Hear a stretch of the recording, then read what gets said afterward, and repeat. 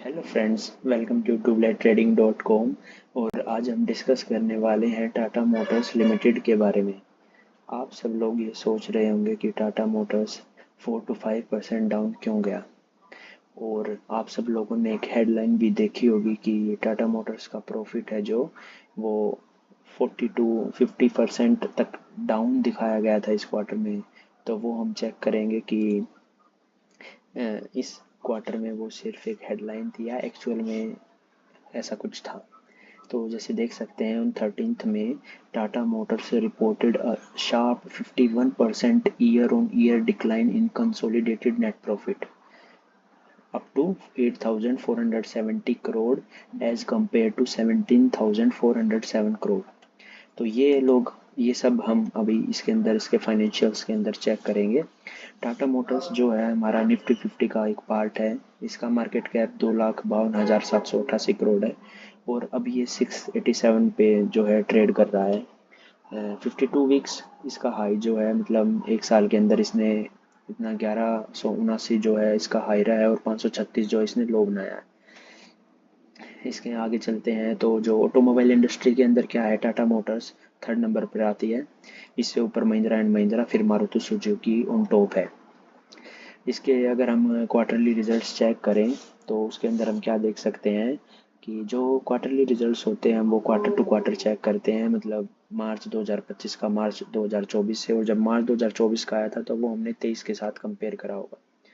तो अकॉर्डिंगली हम देख सकते हैं कि जो मार्च के अंदर जो सेल्स हुई हैं हमारी, वो 1,19,503 करोड़ की हुई हैं। जबकि 2024 मार्च में क्या था, वो हमारी 1,19,000 बस 33 करोड़ की थी। और उससे पिछले मार्च के अंदर तो वो उससे भी कम थी। जो हमारे एक्सपेंसेस हुए थे वो हमारे इतने थे। और जो हमारा ऑपरेटिंग प्रॉफिट था वो था हमारा 16,818 करोड़ का। जबकि लास्ट क्वार्टर के अंदर क्या है, जो हमारा 16,685 करोड़ का है। तो ये यहाँ तो साफ साफ दिखाई दे रहा है कि जो मार्च 2025 क्वार्टर का रिजल्ट है वो अच्छा आया है। फिर हमारा ओपीएम होता है हमारा ऑपरेटिंग प्रॉफिट मार्जिन, वो हमारा 14% है और लास्ट क्वार्टर के अंदर भी 14% था। अदर इनकम जो है ये हमारी घटती बढ़ती रहती है, क्योंकि इसके अंदर जो है हमारी अदर इनकम से, जैसे भाई कुछ किसी को लोन दिया था तो वो लोन आ गई, या फिर पेंडिंग पेमेंट थी तो वो आ गई। तो ये हमारी जो है चेंज होती रहती है, ये ज़्यादा मैटर नहीं करती। इंटरेस्ट ये भी कंपनी अपनी अकॉर्डिंगली चेंज करती रहती है। डेप्रिसिएशन डेप्रिसिएशन होता है कि जो हमारे पास इंफ्रास्ट्रक्चर, मशीन्स, पार्ट्स, मतलब जो भी हमारे पास एज ए असेट है, उसकी value yearly to yearly down होती रहती है।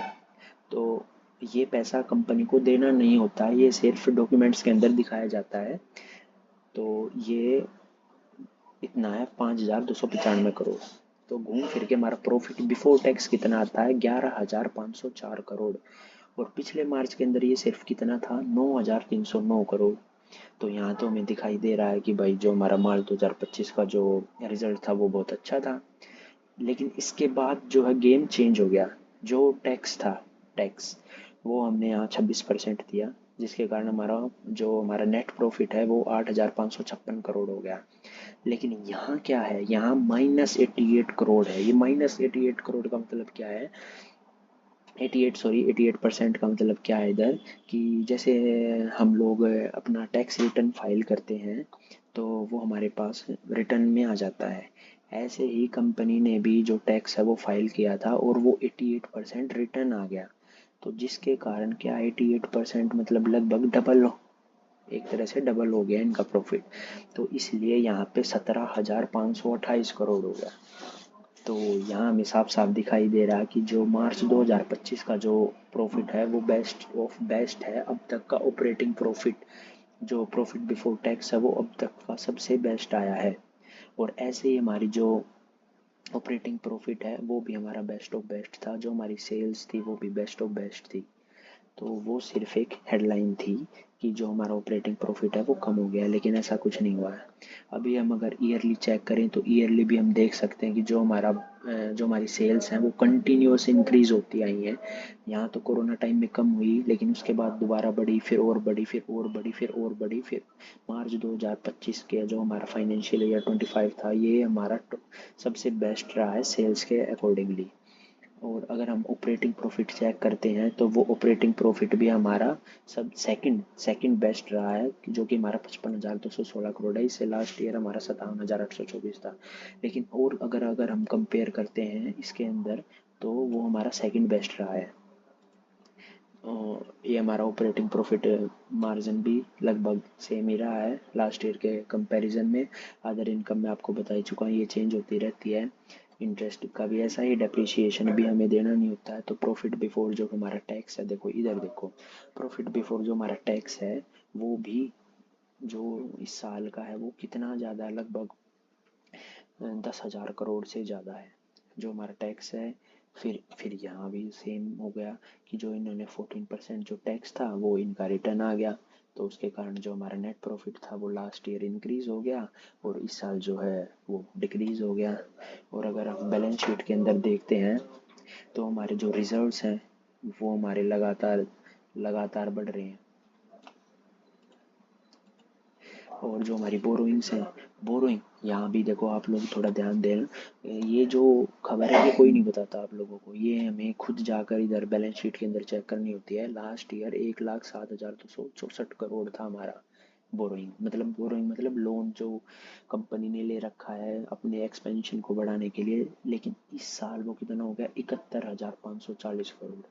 यहाँ लगभग 50,000 करोड़ का डिफरेंस हो गया है। लेकिन ये कहाँ, ये किसी ने शो करा?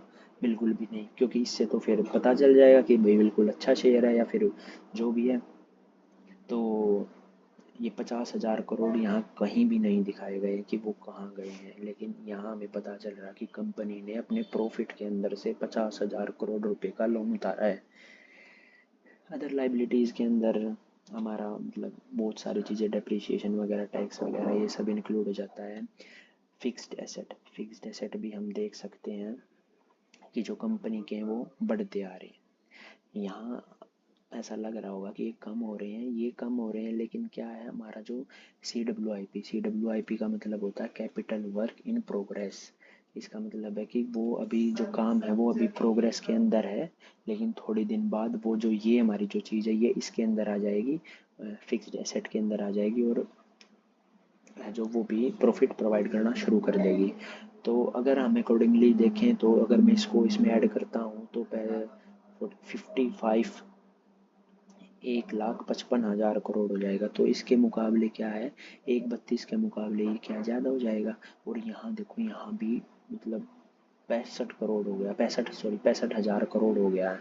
तो अगर मैं इसको इसमें ऐड करता हूँ तो ये 1,80,000 करोड़ हो गया। तो ये अगर लोन को चाहें तो आज भी उतार सकते हैं, लेकिन वो उन्होंने एक्सपेंशन के लिए ले रखा है, तो ऐसी कोई बात नहीं है। कैश फ्लो के अंदर हम देख सकते हैं कि जो कंपनी है वो कंटिन्यूस कैश फ्लो के अंदर चल रही है, तो ऐसी कोई घबराने वाली कोई बात नहीं है बिल्कुल भी। जो हमारी प्रोमोटर्स की जो होल्डिंग है वो भी हमारी अच्छी है इसके अंदर। जो फॉरेन इन्वेस्टर्स हैं वो भी कंटिन्यूसली इसके अंदर होल्डिंग बनाए रखे हैं।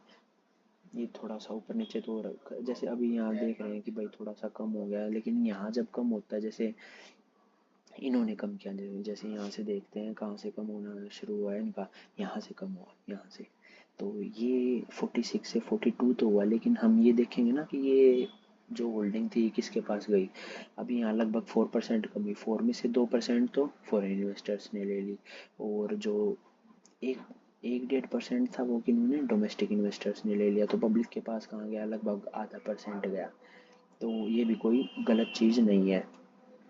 और पब्लिक के अंदर भी हम देख सकते हैं कि पब्लिक के अंदर कौन कौन है। पब्लिक के अंदर जो है हमारा ये रेखा झुनझुनवाला है, जो हमारा लेट राकेश झुनझुनवाला, इनके पास हैं इनके शेयर्स। और ये मैं आपको बता ही चुका हूँ कि ये सिर्फ एक हेडलाइन बनाई गई थी, ऐसा कुछ नहीं है। जो हमारा ऑपरेटिंग प्रॉफिट है जो वो बहुत ही अच्छा आया है, ये सिर्फ एक हेडलाइन थी। और जो मार्केट शेयर है जो टाटा मोटर्स का, वो अप्रोक्सीमेटली कितना है, 11.5% है कार मार्केट के अंदर। और जो कमर्शियल व्हीकल होते हैं हमारे, जैसे ट्रक वर्क बसेज या फिर पैसेंजर व्हीकल्स, उसके अंदर डोमिनेंट है मार्केट, वो 39%। ठीक है। और जो ये भी एक मतलब मैंने ये दिखाने के लिए इसको ऐड किया है कि जो टाटा मोटर्स है जो एक अच्छा शेयर है, कि जो इनके जो टाटा पंच है वो इस साल मतलब हमेशा से मारुति सुजुकी जो गाड़ी थी वो हमेशा टॉप पे आती थी बिकने में। लेकिन इस साल क्या हुआ है, टाटा की कंपनी जो टाटा की जो गाड़ी है टाटा पंच वो सबसे ज़्यादा बिकी है। मतलब जो मारुति सुजुकी का डोमिनेंस है उसको तोड़ा है टाटा मोटर्स ने।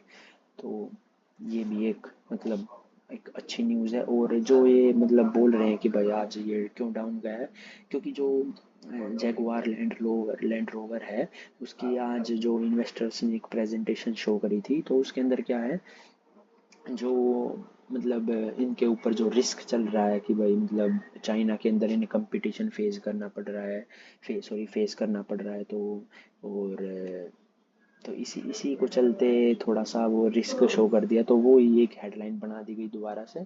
तो ऐसा कुछ नहीं है, जो टाटा मोटर्स है जो हमारा वो अभी इधर एक अच्छे लेवल पे ट्रेड कर रहा है और इसको हम बाय कर सकते हैं। ये मतलब आप लोगों की खुद की चॉइस होगी कि हम बाय करें या ना करें, क्योंकि रिस्क भी आपका होगा और प्रॉफिट भी आपका होगा। So thank you so much for listening to me, and I hope you would like the video.